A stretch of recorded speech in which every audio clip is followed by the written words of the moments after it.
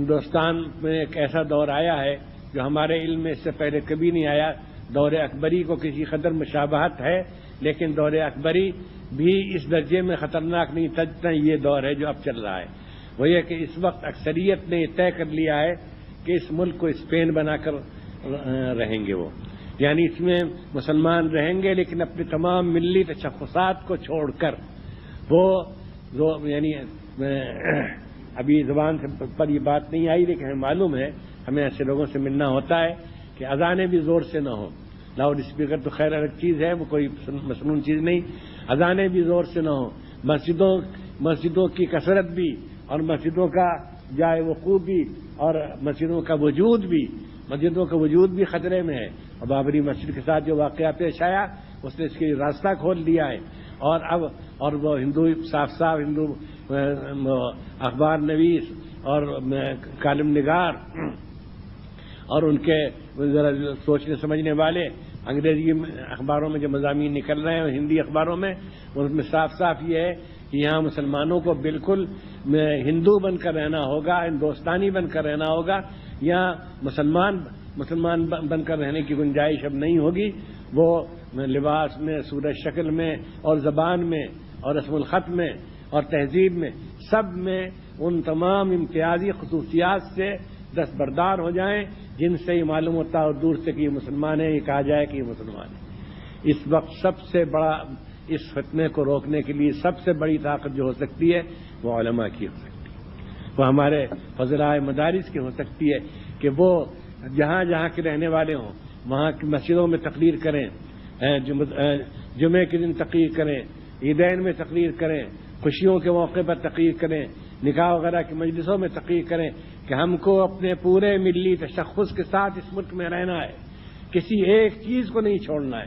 ہم اس کے لیے بھی تیار نہیں کہ ہمارا پائچہ ٹخنے سے نیچے ہو. ہم اس کے لیے تیار نہیں کہ ہم اپنی داڑھی کو ایسا کر لیں کہ وہ سمجھا جائے کہ بس میں اتفاقاً کچھ بال اگائے ہیں. نہیں، کچھ نہیں. ہم بالکل شریعت پر عمل کریں گے اور شریعت کے ساتھ رہیں گے اور ہمارا نظام تعلیم وہی رہے گا. ہم اپنے بچوں کو توحید کی تعلیم دیں گے، دینیات پڑھائیں گے، اردو سے واقف بنائیں گے، اردو رسم الخط کو زندہ رکھیں گے. یہ سب سے بڑی ذمہ داری آپ پر عائد ہوتی ہے اور آپ ہی سب سے بہتر طریقے پر اس ذمہ داری کو ادا کر سکتے ہیں. اس لیے یہ بات بھی سن لیجئے اور دل پر لکھ لیجئے کہ اس وقت کا سب سے بڑا فتنہ جو ہے وہ ہے یہی متحدہ کلچر اور ملی تشخص سے دستبردار ہونا. اور افسوس کی بات یہ کہ ہمارے دینی حلقے یا علمی حلقے کے بعض لوگ بھی جو قلم کا استعمال جانتے ہیں اور زبان سے بھی علمی زبان بات کر سکتے ہیں، وہ بھی اس کی دعوت دینے لگے ہیں کہ مسلمانوں کو کسی بات پہ اصرار نہیں کرنا چاہیے. اور پرسنل لا کے سلسلے میں جو اصرار کیا سپریم کورٹ کے فیصلے کے خلاف، یہ بھی ایک غلطی تھی. مسلمانوں کے خامخواہ کے لیے ہندوؤں میں ایک رد عمل پیدا ہوا اور وہ سمجھے کہ مسلمان بہت تنگ دل تنگ نظر ہیں. نہیں، صاف کہتے ہیں ہم یہاں اپنی پوری خصوصیات کے ساتھ رہیں گے اور اس کے ساتھ ہم امید رکھتے ہیں کہ اللہ تعالی ہم کو اس ملک کی قیادت نصیب فرمائے گا. اس لیے کہ اس ملک کی آبادی کوئی عنصر اس نے اپنے کو اس قابل نہیں رکھا کہ وہ اس ملک کو بچائے خطرے سے.